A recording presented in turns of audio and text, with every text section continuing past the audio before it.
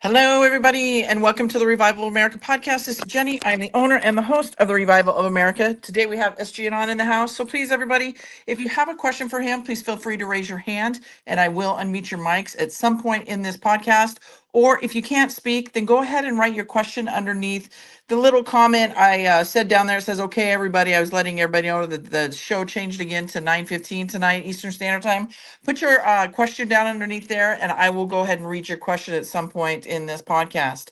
Also, too, everybody, please, please, please be careful who you listen to, who you follow. We're seeing a lot of these people, these influencers, whatever. The more they talk, the more they expose themselves. So we're seeing a bunch of that. It's even happening on TikTok. Everybody, these influencers claiming to be Trump supporters or were Trump supporters, and now they're supporting these riots and everything like that.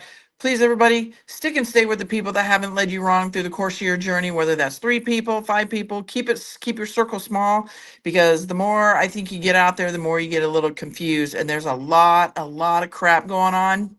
And there's a lot of positive too that I really think you guys should be really encouraged about. I mean, I don't know if you guys have been paying attention, but within the last hour, Israel has been striking Iran. So pay attention to that. And everybody, please, when it comes to these riots, we're going to see how this all pans out. Nobody really knows, but they are scheduled to be all across the states, right? Stay out of the way. Let the military, the police, local police, sheriff's department, whatever it is, do their thing. Okay. Governor DeSantis has given the okay to the citizens. If these people don't get in your way, you have the right to run them over. We have the sheriff, I believe.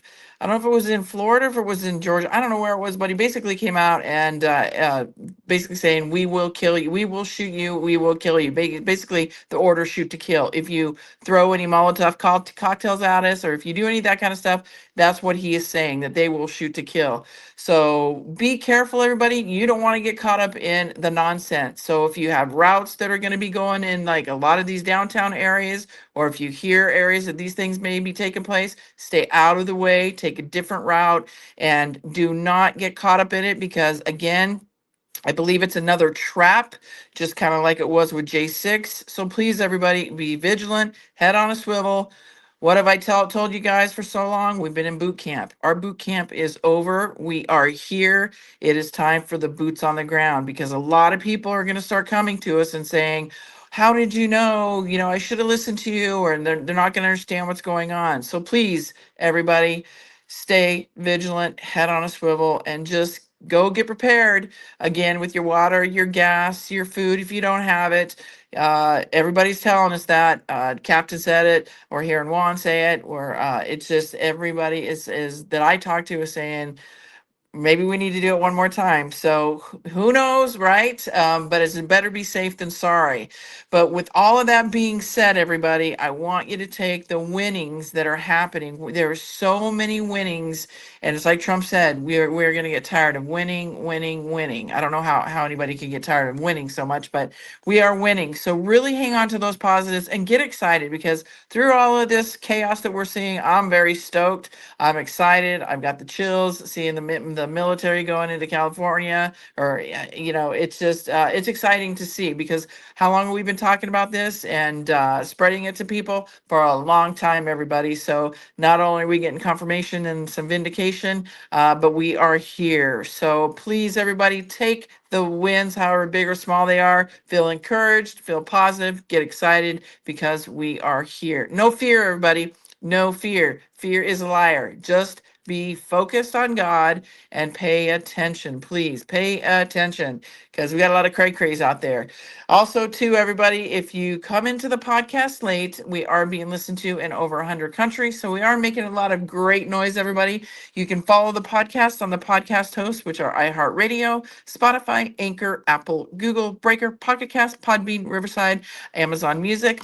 Also, too, the social medias, everybody, are Jenny Dreed Facebook, at Jenny underscore Dreed over on X, at J Dreed Rumble, at J Dreed True Social, at J Dreed Instagram, The Revival of America right here on Telegram, The Revival of America on YouTube, and at the official J Dreed over on TikTok. They are all verified, everybody, except TikTok, YouTube, and True Social. And the reason I'm getting them verified is so you guys know that these are my legitimate accounts, because unfortunately we do have those uh frauds out there, the frauds, scammers, agitators, you name it. So those are my legitimate accounts that I just told you. So please make sure you're following one of those so you can get the latest updates on the podcast. Also, too, everybody, if you want to sign up for the newsletter, it is free. So please go to the revivalofamerica.com, sign up for the newsletter. You'll get the weekly lineup of the shows as well as the updates on the podcast. And then last but not least, everybody, if you have a story or a journey to tell, please feel free to reach out to me at troasubmissions@yahoo.com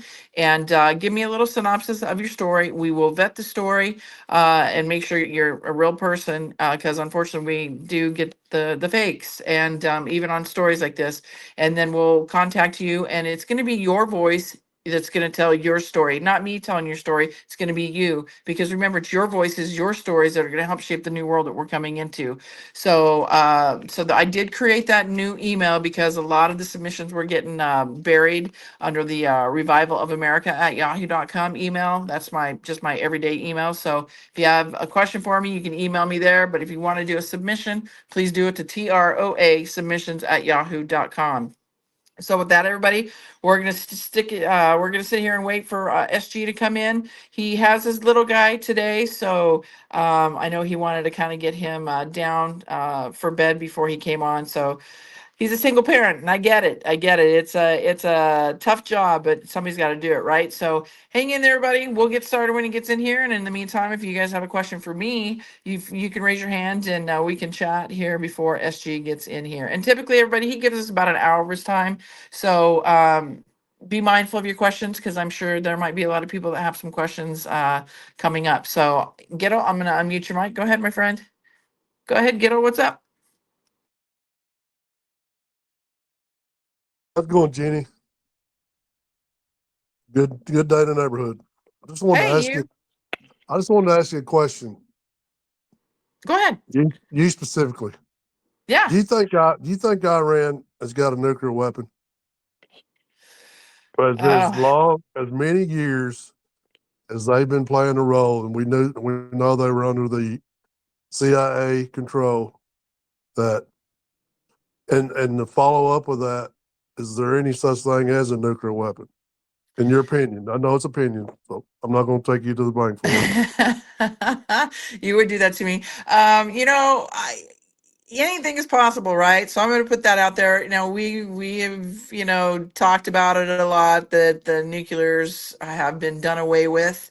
But again, I don't know, because we know we've been lied to about everything, right? So could this be again part of the plan, part of the show what we're watching? Of course it is. I do believe it is a scare event type deal. So to be 100% honest with you, Giddo, I don't have an answer for that. I know that, many of us have talked in different chats and stuff, and we have talked about there's no longer any nuclear weapons. So I think we're soon going to find out what that all entails, if there is actually, and if there isn't. So, but for me to give you a 100% correct answer, I really don't have that answer for you. So, what do you think, Ghetto?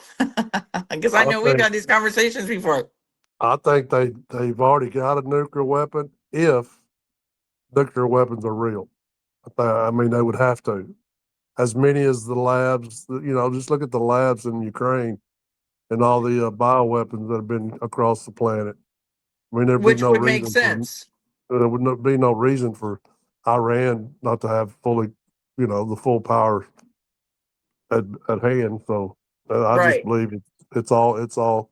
But not. I'm gonna ask you another one if you don't mind while we wait on Yeah, go ahead. SG and non. Could it be possible? And I kind of know what you're going to say, but there's been a leak that we're in for a 6 week run with these riots and the dark horses coming out, and starting a lot more trouble than we're seeing.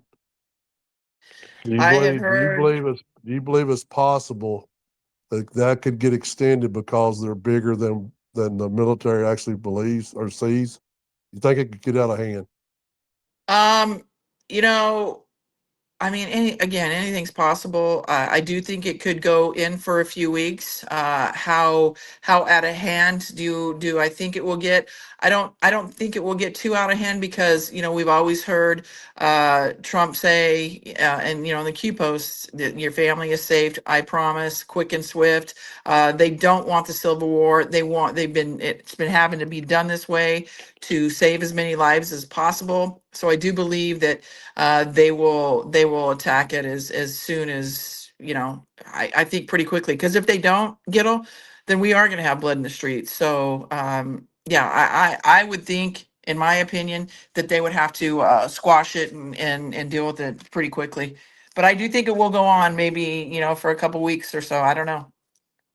Now, my daughter's 33 years old. She's been red pilled for a good while, and she's on Instagram. She got she follows a lot of people. She got a pretty good following, I guess, and she's just amazed at the people and friends that she's got that really back Newsom. A lot of her friends have moved to California and are still instilled with the Democratic Party, the leftist, and it blows her mind, blows my mind. So Well, it's comical. It, SG's it's in the comical. house, so let's ask him these All right, questions. all right. So Thank you, Jenny. you're welcome, Gittle. Hello, Mr. SG. How you doing? Hey, doing very well. Thank you again for the patience and getting us back on the calendar. It's sometimes a topsy-turvy, turbulent ride, but really glad to be here. Thank you very much, Jenny. Oh, you're welcome, sweetie. Well, isn't that kind of the road, the life we're living right now? Topsy turvy, ups and downs, and it's a little spicy right now.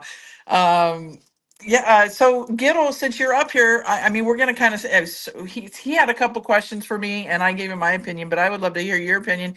And then SG, we can kind of go into what's happening, what's taking place here within the last hour. We're hearing that Israel has struck Iran. So, but Gittle has a question for you in regards to the nuclear weapons. Go ahead, Gittle. Oh man, you put me on the spot, Jenny. Oh well, hell, that's what we I do was here. hoping I was Good to hoping be you here just with lay you. it out for us. How you doing, SG? Good to see Doing you. well. I just asked Jenny a pointed question about the nuclear weapons. First off, my belief is if the nuclear weapons are possible, they already got one. And second, the second part of that is, we've been told that nuclear weapons have been taken off the table around the world. Plus, there's people out there that have reported that nuclear weapons weren't even existing back in the day. And then I kind of lean towards that because of what we've seen through the do weapons that have been around for since the atomic bomb. So that's kind of it in a nutshell. Well, I think it's a good place to start the discussion off with tonight, right? We've seen, again, this escalation in the Middle East that we've been anticipating for a while. Actually, this time, pretty much in exactly the fashion that a lot of us have been talking about for a long time. It makes the most sense that Israel being saved for last by the Q drops would be the instigator of some events towards, what we'll call the last third, maybe the last 25% of this broad consciousness campaign here in the Western world. And that brings the nuclear issue, I think, front and center, right? You've got the Iranian program, which has had a nuclear weapon for over a decade.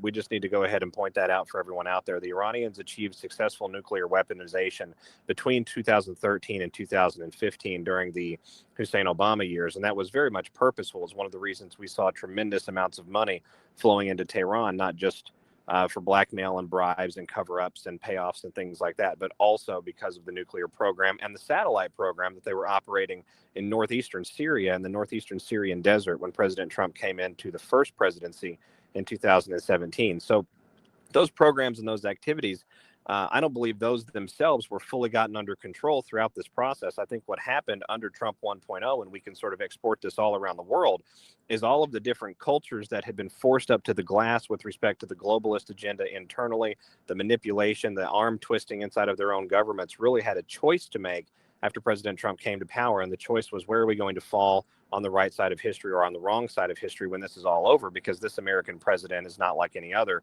And it was very clear at the time that Trump came to power, with the inauguration ceremony that happened, with the Q operation that spawned off less than 12 months after he took office, with the first Trump tour where he made essentially friends with Saudi Arabia and a few others, and over the next few years built out an alternate landscape. That period of time, in my opinion, was a changing period for a lot of folks in different nation states around the planet to look inwardly at themselves and decide who's on the winning team and who's on the losing team.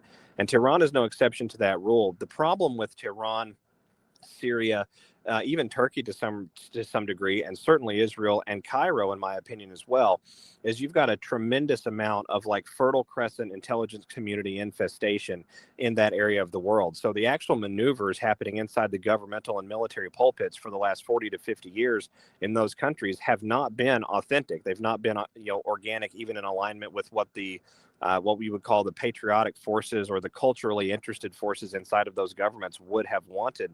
And that drag out proceeded all of the way through the first Trump presidency, continued through the Biden years. And in my opinion, we're sort of entering some more kinetic, visible stages of that dragging out process. The Iranian nuclear program certainly didn't stop under Trump 1.0. We saw it sort of move around. After it was completely obliterated, some of its facilities completely obliterated in Syria with the Tomahawk strikes that everyone blamed on chemical weapons. And, we were hitting something of Bashar al-Assad's. That wasn't true at all. We struck that Iranian secret site in northeastern Syria, according to Q. So what we've got going on now, in my opinion, is another sleight of hand warfare tactic to take out, again, another localized site, perhaps a rogue agency site, intelligence community cleaning up its own loose ends, tying off its own loose ends.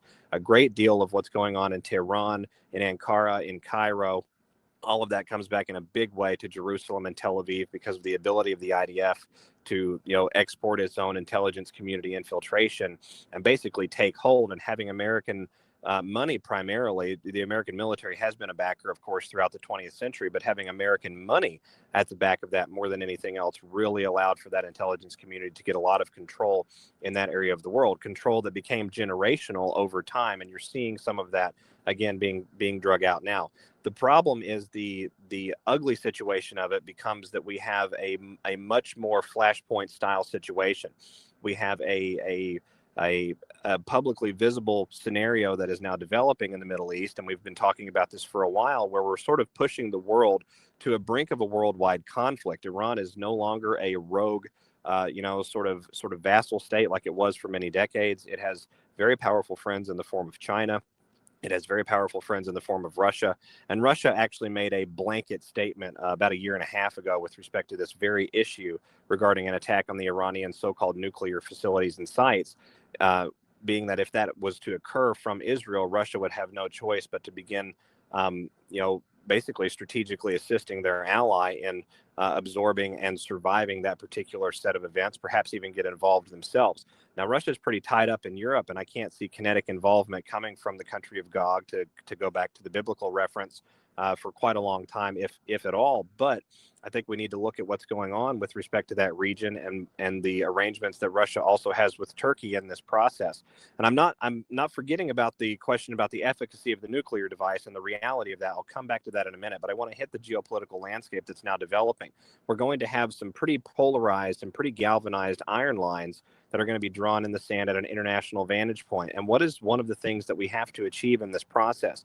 We have to achieve public appetite and public understanding more than anything else, which will achieve the public appetite sort of on its own, for actually removing some of the intelligence community control, the defense industrial and the occult industrial locuses of control inside these nation states. And Iran and Israel, as well as several others, are ripe for that picking in this moment in time. And so I can see where that's actually driving us to a broader precipice, for lack of a better term, that I think is going to ignite some things domestically here at home, which is something we need to see happen in order to get all of the cockroaches out of the woodwork. We have very experienced deep cover agents that have been sheltering themselves inside the United States for a really long time, a period of multiple decades, transcending law enforcement changes, transcending new FBI directors and new presidents and new elections and things like that. This sort of semi-permanent shadow state, ecosystem in the background, again, made possible by that same criminal syndicate that we were just talking about between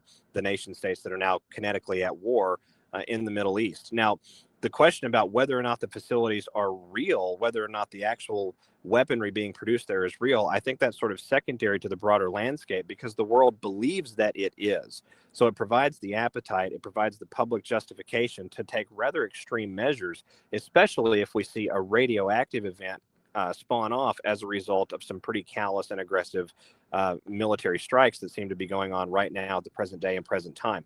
And that's difficult to sort of prognosticate because we're right in the middle of that at the moment. But if that so-called radioactive event were to pop out in the public narrative at an international stage, I think it would provide a significant marker, almost like a Hollywood star in the pavement, if you will, as we build the roadway towards international coalition tribunals for war crimes, for biological terrorism, for nuclear terrorism, however you want to define that term. That's really where this is going to go at the end of the day. And so I think in many ways, despite it looking a little crazy, we are on the right track.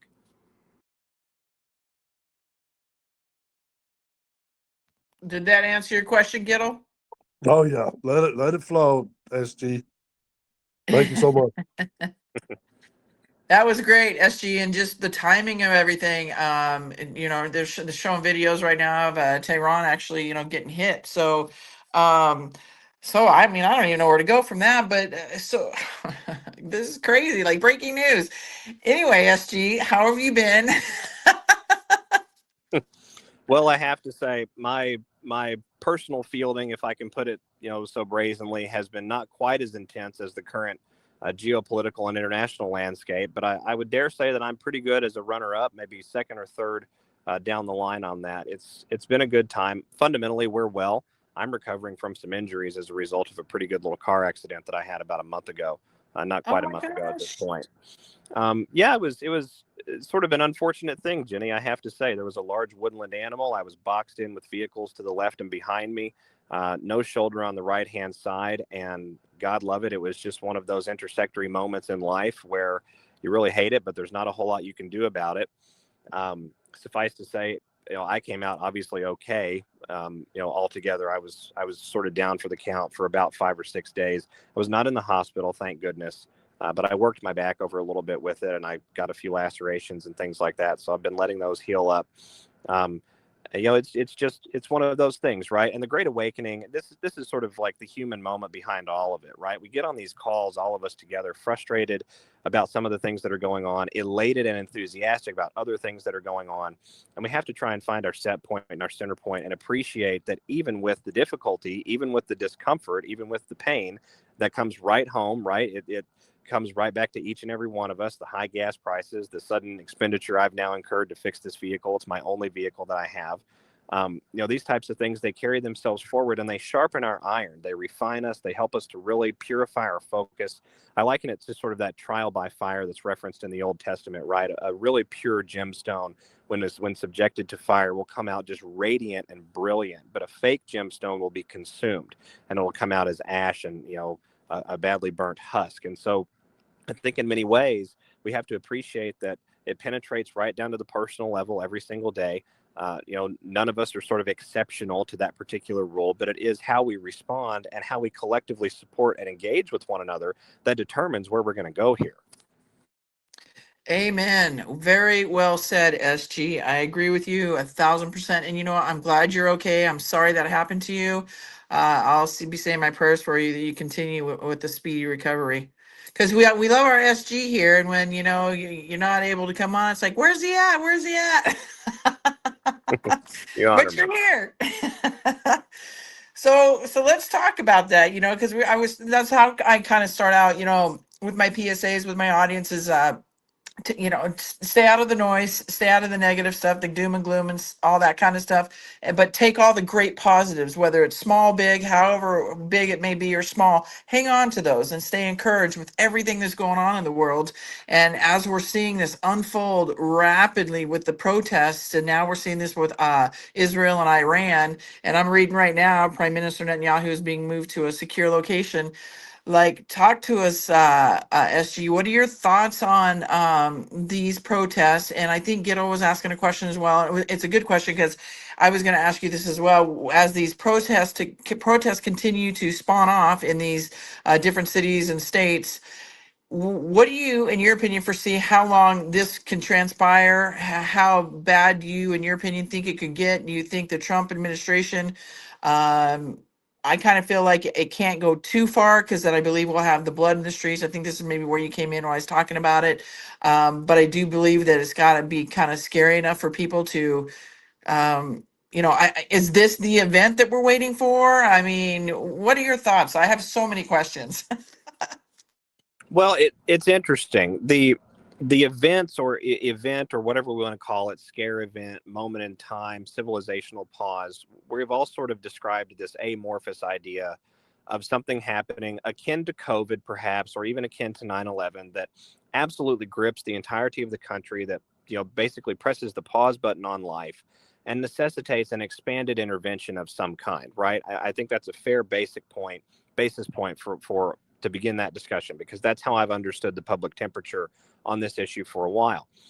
I think it's worth keeping in mind, though, that 9/11 and COVID and other large civilizational level events were many weeks and months, even in their hot format, before they got really epic, before they achieved that moment in time where it was like beyond the precipice and world shifting and world changing. And we saw, of course, the results of those. In this period of time, we have a lot more control. As a matter of fact, I would submit to you, we finally have some control over where society is going to respond to those events and how those events are going to actually happen. If we're working with a predetermined playbook, in other words, if we're working with cockroaches that have been in the walls and in the infestative arenas of our house and of our society for 30, 40, 50 years in some cases, giving birth to generational infestation that's going on behind the drywall where we can't see it, then I think we need to acknowledge that it's going to require a pretty significant shift in order to drag all of those cockroaches out into the light.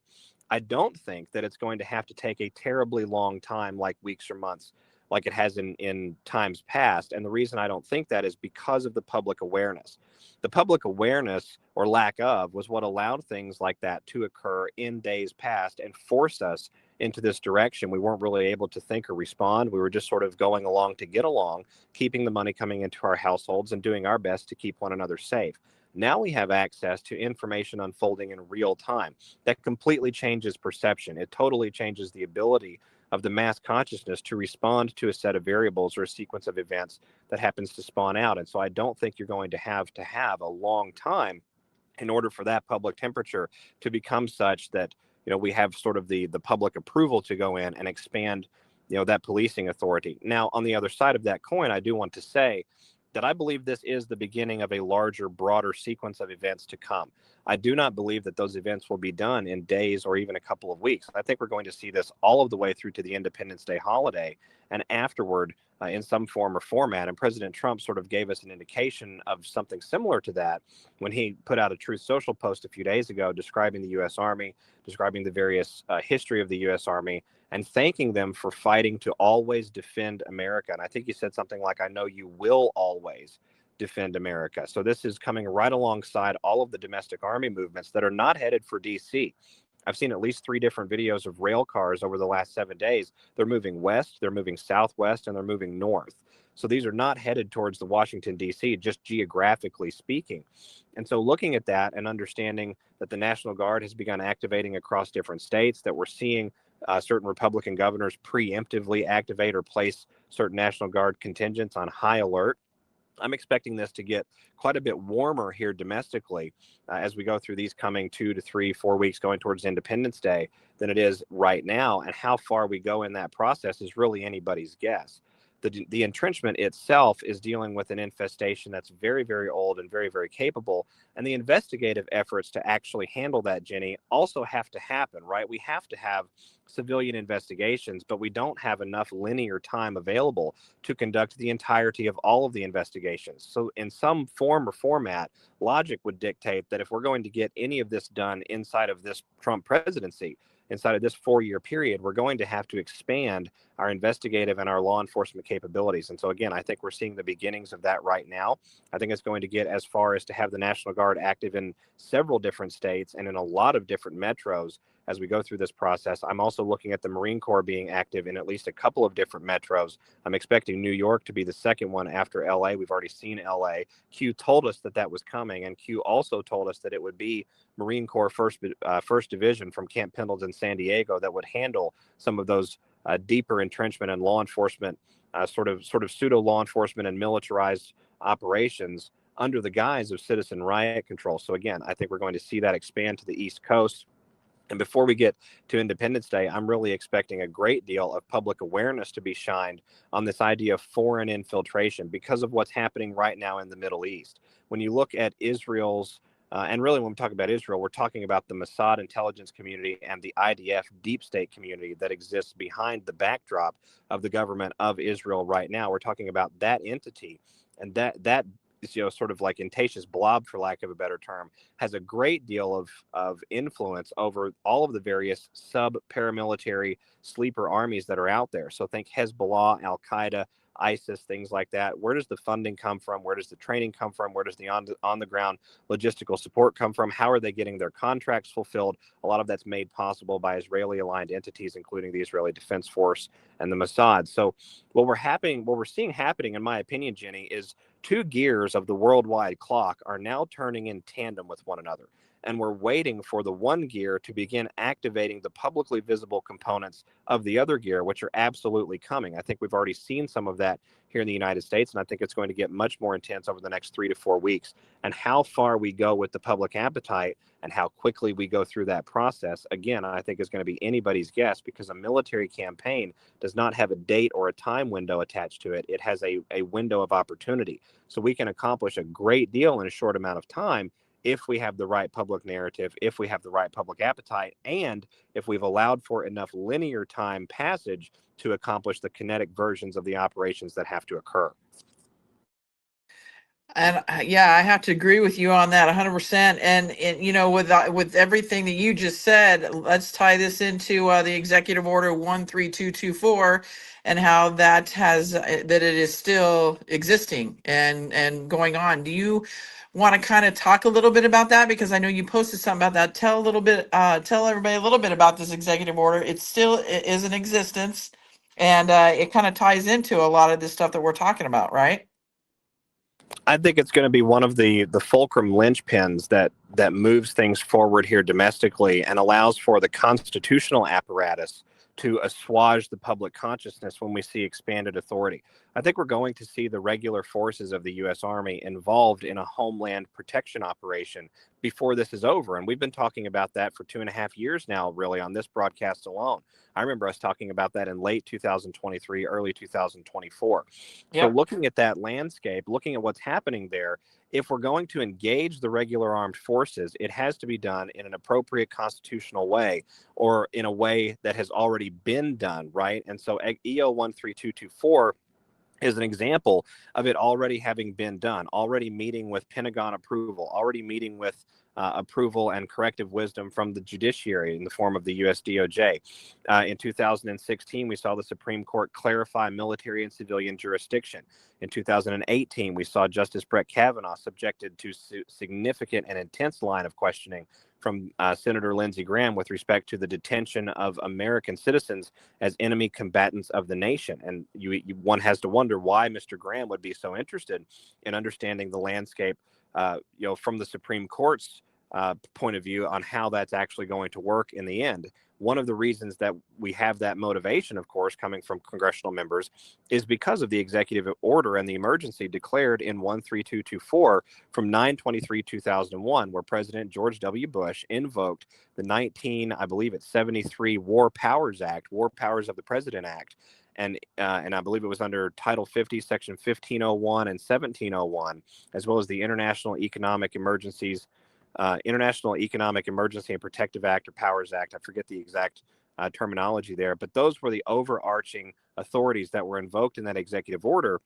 And what essentially happened was the Article 2 powers of the president were expanded and basically blended with the military emergency powers of the commander-in-chief. And so you had a sort of silent military dictatorship activated with that executive order in the background. And President Bush in 2001 was asking the Pentagon and the DOJ for guidance on whether or not he could legally authorized the U.S. Army to deploy domestically inside the United States. And they basically said, yes, you can, but there have to be extraordinary and extreme conditions. It would have to be unprecedented conditions.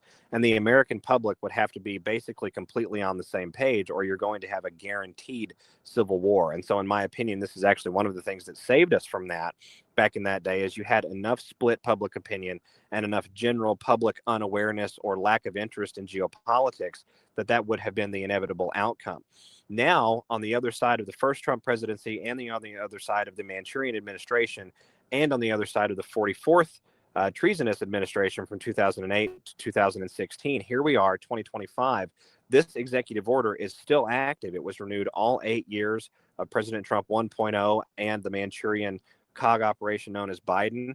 All 8 years of that, it was renewed. It's still active today. And that emergency is going to have to be eventually closed off. And the commander-in-chief is the only one who can deactivate that emergency because it was activated under commander-in-chief powers. Congress is not able to put a stop to that particular national emergency. And that particular executive order describes engaging terroristic, militarized threats inside the homeland.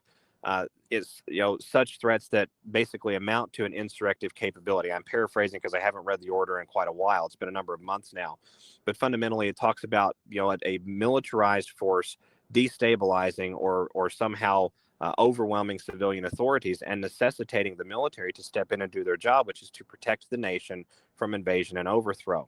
And I think you're going to see in this process the public temperature and the general landscape across the United States rise to such a fever pitch that the executive order provisions in 13224 will become publicly activated to the point where the Army does come in and put a stop to the activities, which I believe are going to be insurrection-esque and very significant over the coming weeks and maybe a month or two. But we're going to arrive at a point where that order is not only publicly activated, but will eventually be publicly closed off, ending the original emergency that put us into the Middle East to begin with. And everybody, if you're not familiar with this executive order, I highly recommend you guys go check it out. SG broke it down a little bit. I'll bring it back down on the wall. I posted it today. It's Executive Order 13224. It has to do with counterterrorism. So check it out. I'll put, like I said, there was a SG broke it down. It's not the whole executive order, but it gives you a synopsis of what it's all about. So, okay, everybody, SG, thank you for that great explanation. And I think that's really important, and it kind of ties into what we're actually seeing right now occur. So thank you for doing that. And then SG, what's your time frame tonight? I know you got your little one with you. I'm probably working with a good 40 to 45 minutes from this moment. Okay, so we're going to go right into questions right now, everybody. SG has his little guy with him tonight, so I have unmuted a couple mics. If you want to ask SG a question, please feel free to raise your hand. Real quickly, SG, I'm going to read a couple here that are on the wall. I have one from Patriots 1969. It says, with the current attack on Iran from Israel in this new Sky event we have been waiting for, or is it another way to destroy the bases and crash the current markets? I think whoever asked the question, they're really onto something with the last part of that. Is it a Sky event? Yes. Is it the Sky event or a generational level Sky event that we're seeing right now? I would submit probably not. That might be a little bit above my purview and pay grade. And if I had future vision, I'd be making a lot more dollars out there. But fundamentally, I think the second part of the question is really the part that we should focus on. Is this another way to accomplish irregular warfare goals? And I think it absolutely is. It's very interesting. In 2021, it wasn't Switzerland, it wasn't London, and it wasn't the United States or Britain or Japan that ran a financial crash simulation exercise. It was Israel. It was actually run in Jerusalem. It involved 14 or 17 different member nations. I forget the exact number. It wasn't quite 20.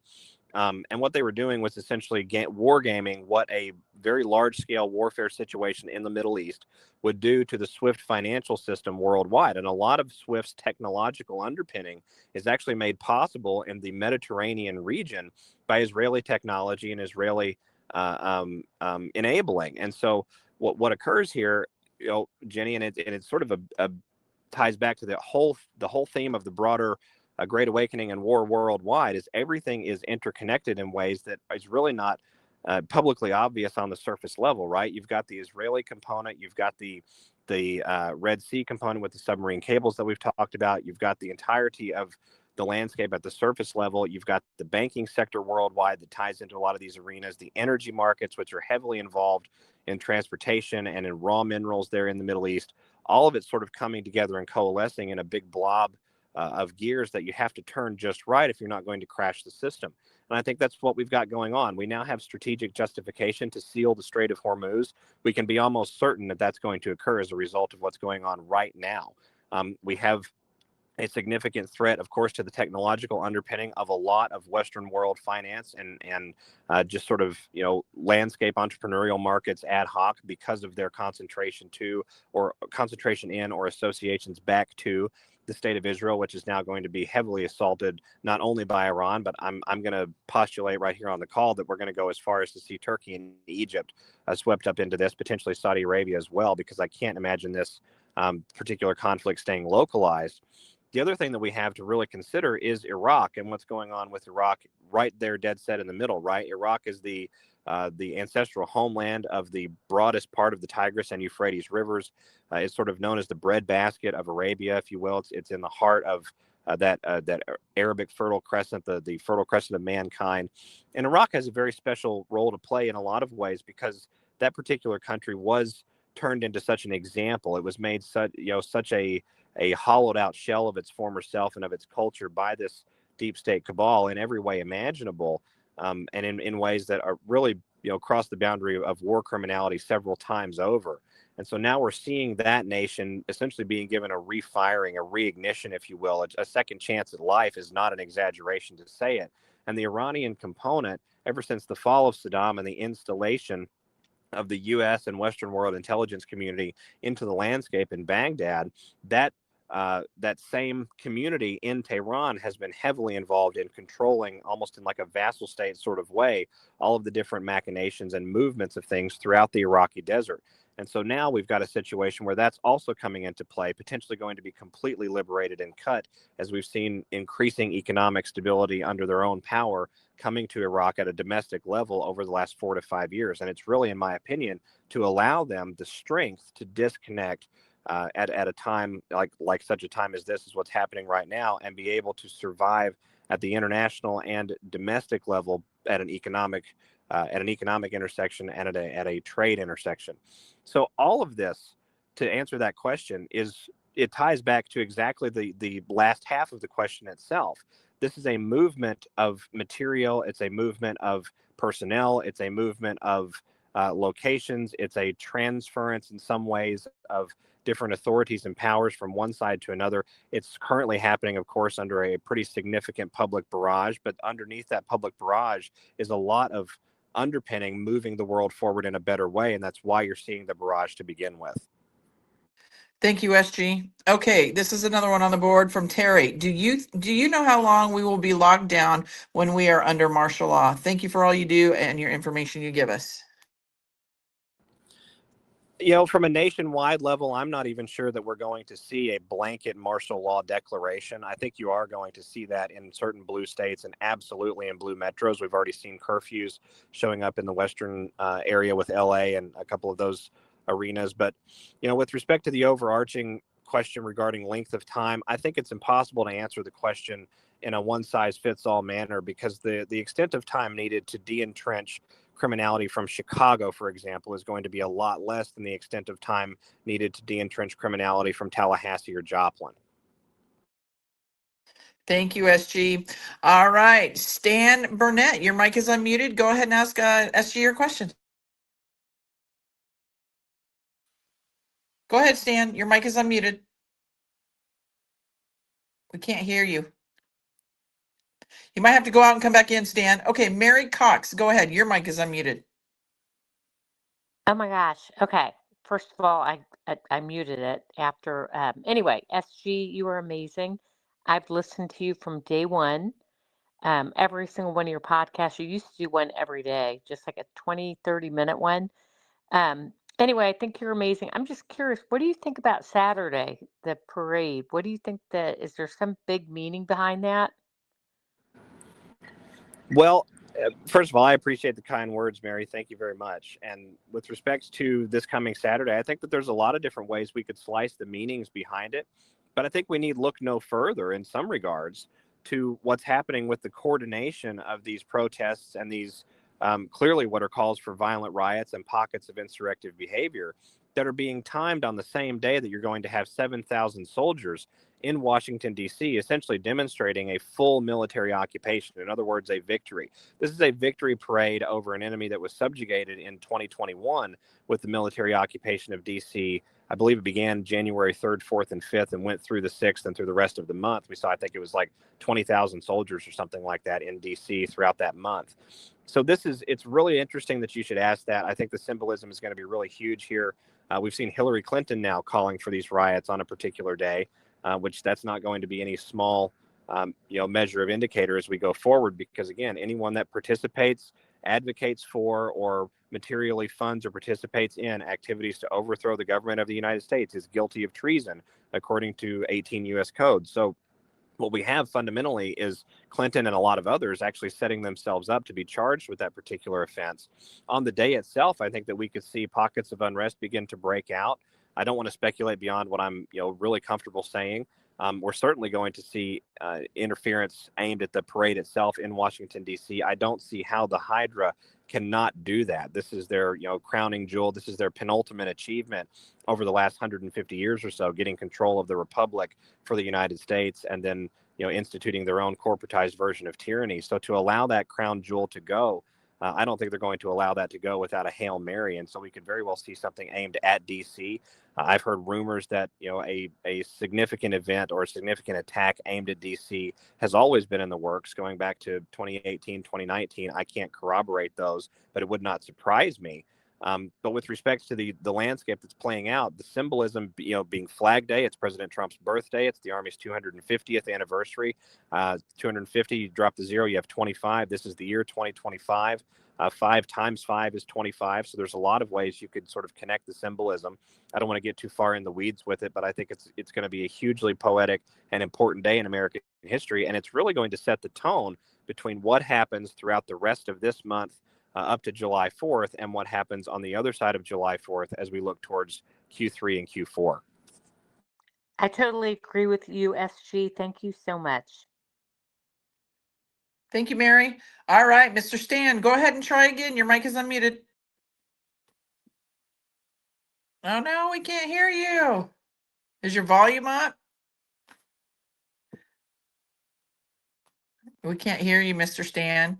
So real quick, go real quickly, SG, while we're waiting for Stan. I don't know that he'll be able to speak, but I have a question for you regarding Trump's executive order regarding the drones and the flying cars. So what are your thoughts on that?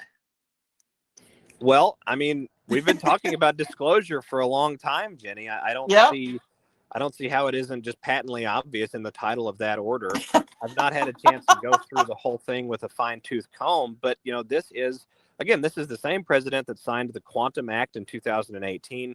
This is the same president that directed a full commission to report back to the Department of the Treasury and Congress within 180 days in February of 2017 on the feasibility of redesigning the entirety of the U.S. financial ecosystem, not the currency itself, but the ecosystem and the infrastructure that enables commerce to happen.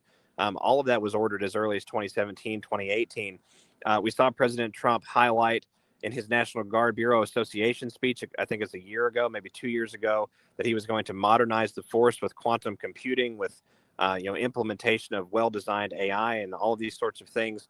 So we're clearly moving in a Jetsonian style fashion, if we want to call it that. This new executive order from President Trump, along with the state fair, the Great American Fair that's slated to get underway here very soon, and the Iowa Fairgrounds, and go all the way up through July of 2026. I think these are massive setups for incredible amounts of disclosure and innovation that happened a long time ago, but was suppressed, being rolled out to the public in a way that makes sense, but also in a way that does not crash our system, right? And it's worth spending a moment and appreciating that if we had just injected, however many trillions of dollars of reclaimed wealth into the system, or dumped 5,000 suppressed patents into the system all at one time, we would have completely destroyed the ability to interact and transact and conduct economy with one another, which would have absolutely resulted in civil war, and we would have lost in the end. Thank you for that, SG. All right, Stan, I'm going to give you one more shot. SG has to go. He's got his son with him, so I'm going to try you one more time. Unmute your mic. Go ahead, try again, Stan. Can you hear me now? We can hear you now. Go ahead. Excellent. Okay, SG.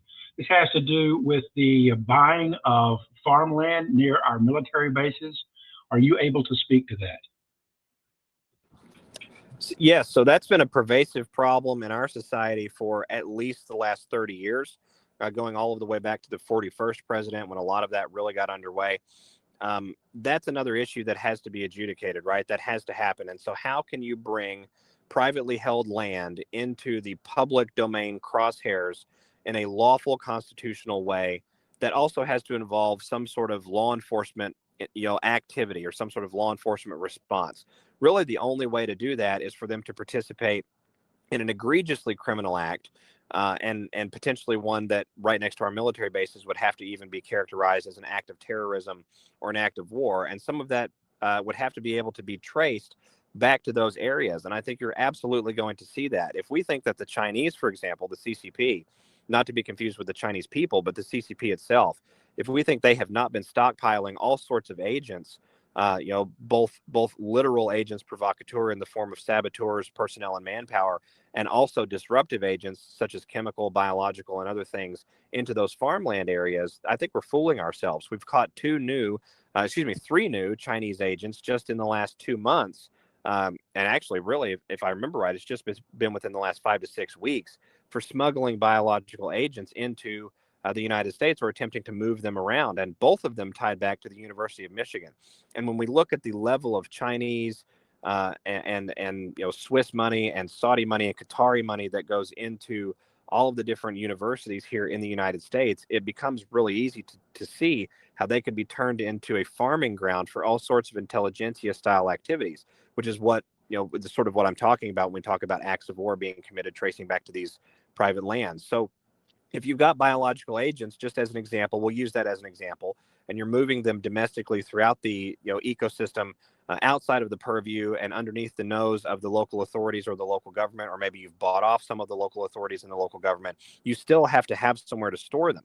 You have to have somewhere to put them where they're out of sight, out of mind, safe and secure for such a time as you may need them later down the road. And you can't store all of that on university campuses or in warehouses, or in the backs of Chinese eateries, just as an example. And that's not to say that Chinese restaurants are bad, but it is to say that that is a known vector for espionage activity.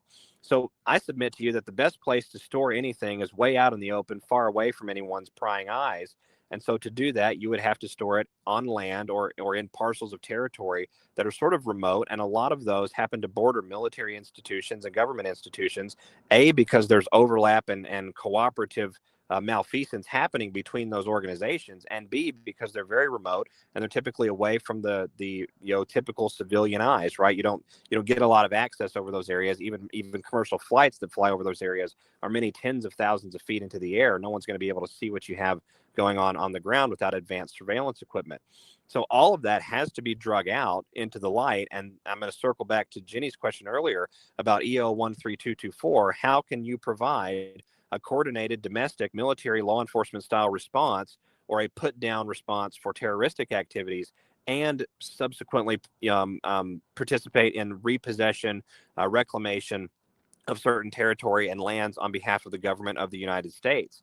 Well, you can have a terroristic attack of some kind or a spawning off of a cascading sort of a cascading and escalating sequence of events driving towards civil unrest domestically in the United States that has a number of different tie-overs traced back to it, a number of different origin points traced back to it. And I think the CCP, the Chinese, along with a lot of other transnational criminal organizations and the intelligence community are all going to be caught up in those investigations when we hit that fever pitch. Thank you for answering that. Two other things that I'd have to kind of add to this is, one, what Missouri did is they prohibited the purchase of land in Missouri by the CCP. And then two, any CCP land bought in the United States is not sovereign to China. So it is then subject to inspection and search under our laws. So there's two pieces to that puzzle that would support what you're talking about. Thank you. Thank you, Stan. And everybody, SG has his little guide tonight, so he's got about, I don't know, we're right there about 45 minutes, right, SG? We've got about 25 minutes left. Wait, what? We have 25 minutes left here? Indeed, 45 minutes from about 15, 20 minutes ago. Okay, so wait a minute. We started at what time? 6:15? 9:15 your time, right? Okay, so you want to go? Okay, cool. All right, well, I just want to make sure you're good on time. We're good on time? We're good on time. Okay, so Brenda, I think you had your hand up. Where did you guys? Gonna unmute your mic. Go ahead and re-raise your hand, and I will unmute your mic. And anybody else that has a question for SG, please feel free to raise your hand, and I will unmute your mic, everybody. Go ahead, Miss Brenda. Your mic is up. Go ahead. Okay, there's the deal. Thanks so much. I hadn't been on long, and I know you were talking about Iraq and Iran there just a little bit ago, and I've got a son-in-law that's set up to deploy to Iraq in July, and I'm praying that doesn't happen. Is there any hope for that? You know, Miss Brenda, you're probably asking me the hardest question that's going to get asked all night long. I just got to give you the trophy for that one. It's a delicate situation, and I want to give you a little bit of optimism on it. The short answer is I don't actually know. I hope not. I am expecting, though, that we're going to have some forces in and out of Iraq specifically over the next couple of months, tying back mainly to this overarching concept of resetting world finance markets. Iraq is going to completely redesign, because it's going to force a redesign of how the international monetary trade system works, because they've got such a huge amount of resources that they're going to be bringing to the table. And they've been working their way through the admissions process to that international, sort of like going from the minor leagues to the major leagues, if you will, coming to play with the big boys for the last few years now, but really in an accelerated way over the last 15 months. And so what that has created is this condition where we now have forces and powers that be that are in that region of the world who are attempting to prevent that however possible, but who do not want to themselves go into Iraq and attempt to kinetically and militarily stop it, because they know the public optics won't be with them. There's no public favor for that. Iraq is not an aggressor country of any kind towards anyone right now. So it makes absolutely no sense, and it would completely implode in the overall mass consciousness of the planet if we saw any of those parties just outright invade Baghdad and try to stop it from happening. And so what we're seeing is a lot of destabilization, a sort of intelligence community eating each other's hands and fingers, if you will, around the Iraqi countryside in an attempt to destabilize that process. And so I could absolutely see the need for peacekeeping forces on the ground there. I'm relatively confident, not certain, but I'm relatively confident that with what's going on right now and with how President Trump seems to be playing this scenario in its early stages, they've already highlighted from the White House just in the last couple of hours that this was all Israel's idea.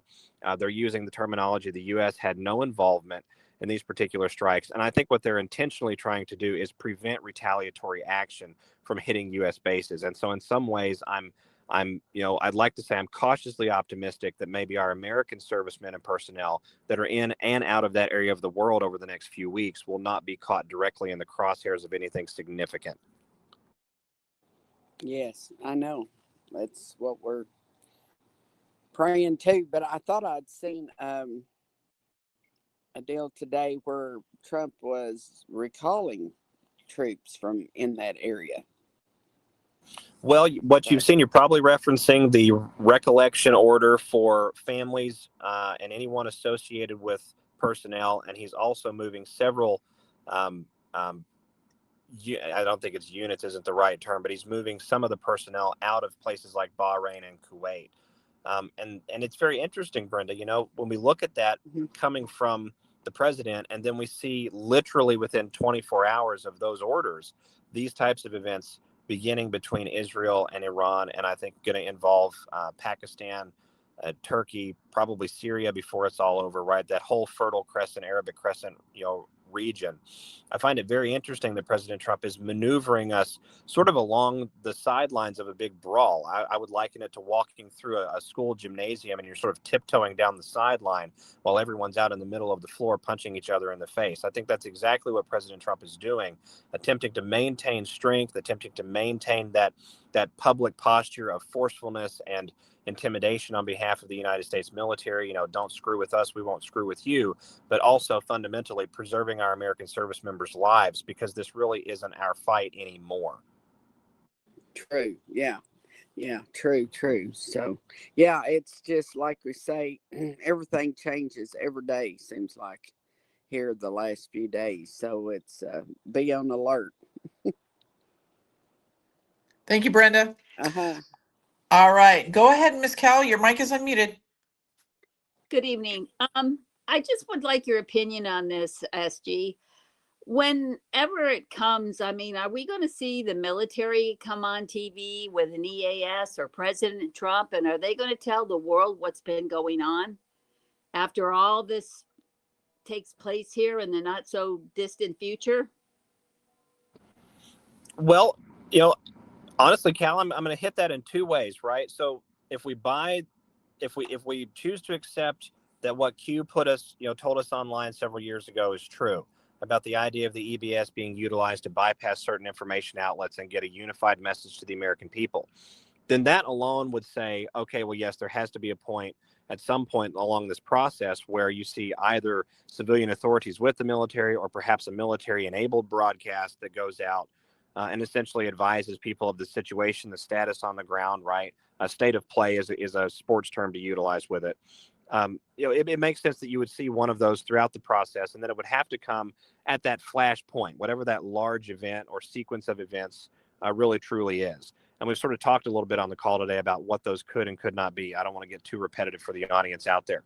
But the other part of it that, from where I'm sitting, lends even more credence to the idea that there's going to have to be some sort of unified message across the entirety of the U.S. domestic landscape in response to some of these national emergencies, is the idea that we've already seen a presidential emergency alert direct to everybody's mobile phones, already pre-tested and beta tested. I believe it was in October of 2018, so it's a number of years ago now. And the only reason that we would be beta testing something like that is because the president would have a significant message to get across to the population, bypassing all of their large typical information outlets, right? And in the digital ecosystem, even though you can overreach hosts and you can shut down a great deal of information traffic, it is much more difficult to channel that traffic without losing the entirety of the infrastructure. And so we've got sort of this blended telecom internet ecosystem that makes it difficult to shut down one side of it and utilize another side of it, or to shut down one message and then utilize that same message across those same platforms. It's one of the reasons we saw Starlink granted access to carry the emergency alert system message across the entirety of the U.S. landscape without utilizing cell towers. So I think in the broad scheme of things, the answer to the question is yes. But I think what people are going to want to know about is, well, what's the timing? When are we going to see something like that? When is enough enough? When do we have a flashpoint? And I think we're going to know it when we see it, but that's an impossible variable, I would say, at this state in the game, because we've got a lot of different things popping off, both domestically and internationally. And if we step back and appreciate it, it's like one hand is washing the other. So how far do we allow things to go in order to accomplish the washing of all of the hands, the cleaning out of all of the swamp, the draining of all of the deep state infestation all around the planet? I think that's really at the basis of that question. And I would say that while I'm not 100% certain, we're getting relatively close. Well, thank you very much. Thank you, Cal. I would agree with you there, right there, SG, 100%. We're getting very close, everybody. Okay, I'm going to read a couple here to you on the walls. This is from Kathy Ann. Do you think the parade was truly planned or to get the equipment in position? Thank you for all of your amazing work. I think it's multifold. I think it's planned for what it was being planned for. Absolutely. It is a point of pride. It is a glorious thing to celebrate the history of the United States military. The United States military has been responsible for a lot of suffering around the rest of the planet, but it has also been responsible for a great deal of health. It's been responsible for a great deal of healing. It's been responsible for helping people as well. We have won some wars or assisted in winning some wars that were pretty devastating, not just to the United States, but other places around the planet too. So it's worth keeping in mind that there is an honorarium there that I think is coming from this, and it's very genuine. But if we think for 2 seconds that this particular event is not also being utilized as a massive cover for all sorts of domestic military movement, where the narrative would essentially be, oh, yeah, we're preparing for something in D.C., and there's absolutely no refutation that the propagandists at the media bureaus would be able to come up with that makes any sort of logical sense. I think we're fooling ourselves. I think it's absolutely a great opportunity to move a tremendous amount of things that have to be in place, to get them into place without causing citizenry to start questioning things or moving into a panic mode, and without giving the mainstream media some sort of ammunition to start a domestic situation here more than they already have. And I think we've seen that, right? Again, I referenced the railway cars earlier. Those aren't the only things that people have reported. You're hearing people talk about a massive National Guard presence in small communities in Illinois, for example. I've seen videos coming out of Texas where National Guard are rolling into Dallas. So, all of these things are coming as a result of, in my opinion, a great deal of narrative prep and a great deal of information expectancy, sort of consciousness expectancy, for lack of a better term, that allows for movement right under one's nose. And in a way, that is exactly what the deep state occultist infestation has done with all of us, basically all of our lives. They've always utilized one particular event at a public level, or a lot of different competing public narratives, to shield movements, kinetic on the ground transpirations of things that are happening in real time right underneath our noses, and we're never the wiser. And so I think that's exactly what you have going on right now with Washington, D.C., and it's certainly a multifaceted approach that's being done. Thank you, SG. Okay, here's one from daughter of a Korean war vet. SG, will ICE be going door to door to people's homes and deporting them? What will happen to the people who don't self-deport? Well, it's a difficult question, right? We are a nation of laws, and at the end of the day, let me just tell a personal story. Many years ago, when I was in college, right around the time that my awakening was really just starting to take off, I was working as a waiter. I was waiting tables at a well-known American Italian restaurant chain, and we'll just put it that way. And there were a number of different individuals employed by that chain who were phenomenal human beings, who I know for a fact were illegal, because they told me so. And they actually taught me a great deal of conversational Spanish. I'm not good enough to be traveling to Latin America without a little bit of assistance there, but I could get by a little bit. And I got a chance to really get to talk to and know some of these guys. And some of them were really cool humans at the end of the day, but they were here breaking a law. And so when President Trump highlighted earlier this year in one of his executive orders that we were going to prioritize looking at those that are in the workforce, that those that have significant contributions that they're making, or perhaps they've been paying taxes associated with a social security number that they were issued, right? Those types of individuals, I get the impression from President Trump's executive order and their language that they're going to be a little bit more lenient. They're going to take it a little bit more case by case in those situations. But with respect to the essence of the question itself, if you break a nation's laws, what is the appropriate response for that nation? If I go to Japan, for example, and I overstay my visa and I don't apply for any sort of political status and I just hang out there and I make a lot of money inside the Japanese economy, and yeah, I pay some taxes, but I probably would pay more taxes if I was truly legal and registered there. What is the Japanese government's authority? What is their purview and their jurisdiction? What are they allowed to do to me? I don't think it's unfair for them to approach me and either ask me to leave the country or place me in prison, or both. And I think one of the things that we're seeing now happening in the United States is there's a little bit of a reckoning occurring. We do get the privilege to be a part of the society here in this world. We're privileged to be a part of the society here in the United States, but we do have to set the right example. And fundamentally, at the end of the day, we are a nation of laws. Amen. Law and order, right? Thank you, SG. All right, Chevy Man, your mic is unmuted. And then after that, Love Border Collies. You can go. Go ahead, Chevy Man. Do you have a question for SG, Chevy Man? All right, go ahead, Love Border Collies. Your mic is unmuted. Go ahead. Oh, I don't have a question, but thank you for being here, SG. Thank you. I'm listening. Thank you as well. All right, Chevy Man, did you have a question for SG? You raise your hand. Your mic is unmuted. Okay, guess not. All right, anyone else have a question for SG? If not, SG, I don't have any questions on the wall. I mean, that might be almost perfect timing, huh? Are you good on time? Oh, wait, here we got one. We got a hand right here. Are you good on time, first of all, SG? There we go. I'm good on time for a few more minutes. Okay, you got it. Okay, Rosalie, go ahead. Your mic is unmuted.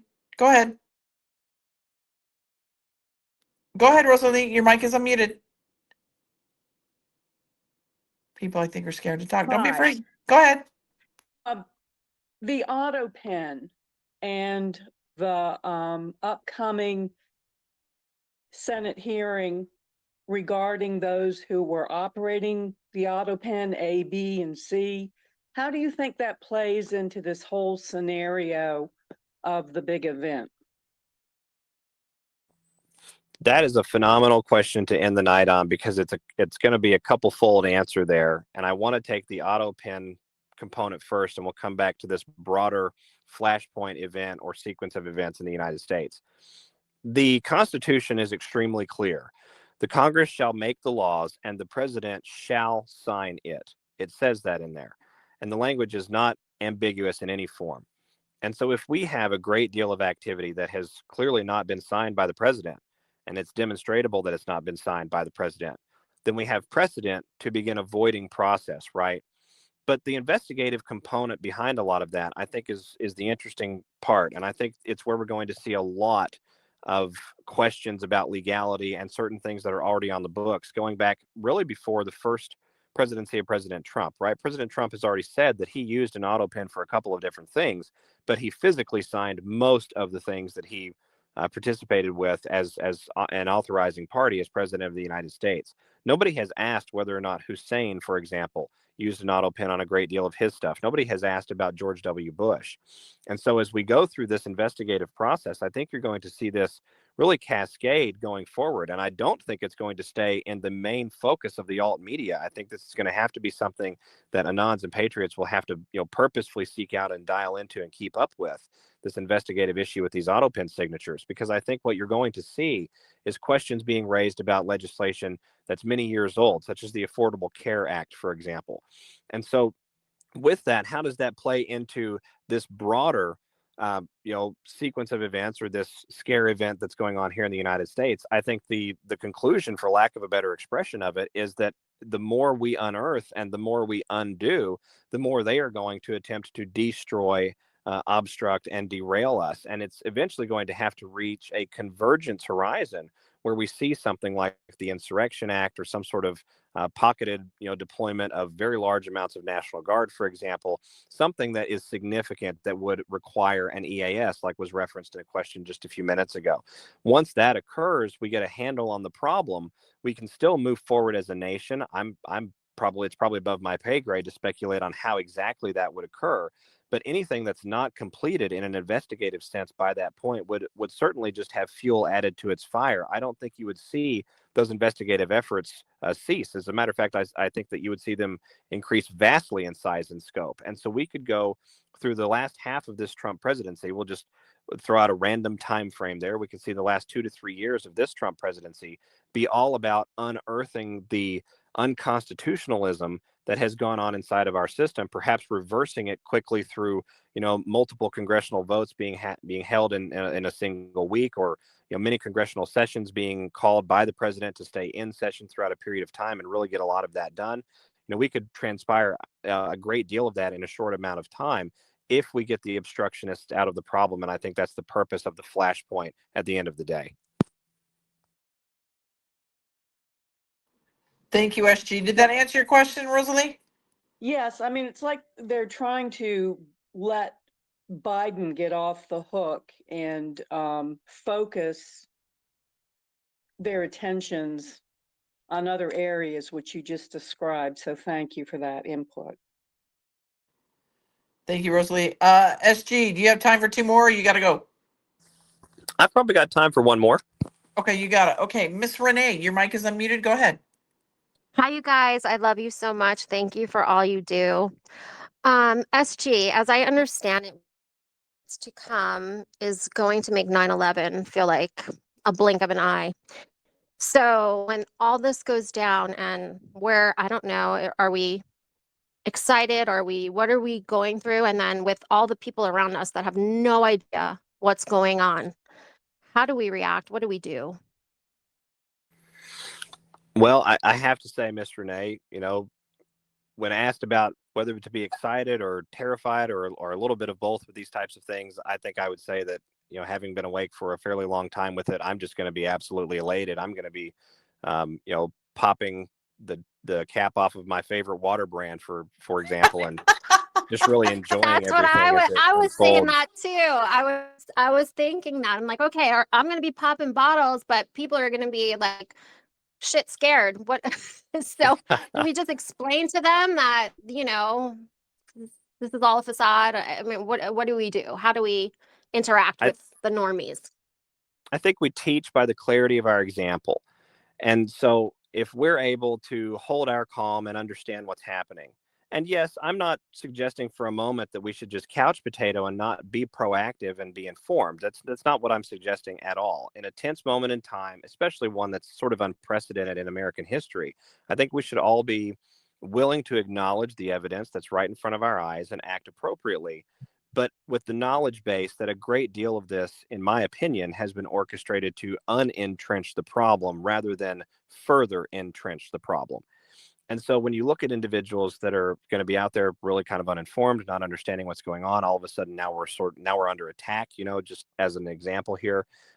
They're going to look for those that have been in their orbit over the last 4 to 5 years saying, look, trust the plan. There's a lot going on. Biden wasn't even the real Biden. Look at this picture. You can't tell me these four different chins are the same person. All of these sorts of things. They're going to turn to those individuals as their source of comfort, for lack of a better term. It's not even going to be for information. It's going to be for security. And so being able to provide them an example of being secure and being steadfast and assured in the storm, right? I mean, if we go back to the old Tom Hanks movie with I think his name is Lieutenant Dan on the mast of the ship being tossed about in the waves and in the storm, he's very defiant in that moment. And that's not the example I would want to cast. But one of the things I'd like to highlight is that he was fearless and unafraid. He was perfectly fine to be up there and to have the conversation, to have the interaction, to face the storm, if you will, right, between him and God. And I think that was the message in the movie. And so that's going to be our national message, I think. This is our storm. This is our moment to shine. This is our chance to unentrench a problem that has been, really, really deeply entrenched and giving everyone a hard time, going all of the way back to the generations before our grandparents and great grandparents. But the only way we do that is we acknowledge that, the patient is severely injured and we're going to have to set some bones here and we're going to have to close some wounds up. And we don't really have a lot of anesthesia to give, but what we have to do is what we have to do. And we will all get through it together. That's how I would approach it, and how I'm going to approach it whenever those in my family and circle start coming towards me. Amen. Amen. Mhm. Thank you, SG. Thank you, You Renee. so much. Love you guys. Love you God too. bless. Thank you. God bless. And everybody, thank you for being here. SG is here with us once a month, everybody, as his time permits, obviously, because family is definitely first. So, SG, we'll see you back here in a month, God willing. God willing, we're going to make it work, Jenny. Your patience Well, is always graciously appreciated.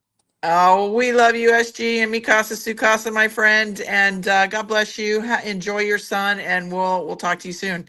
And everybody here, have a great night. Come back tomorrow over here on the Revival of America on Telegram here. And we're going to have Field McConnell and we're going to have Troy Lett talking about some XRP. So with that, everybody, God bless you, SG. We'll talk to you soon. Have a good night, everybody. Good night, all. Thanks, SG.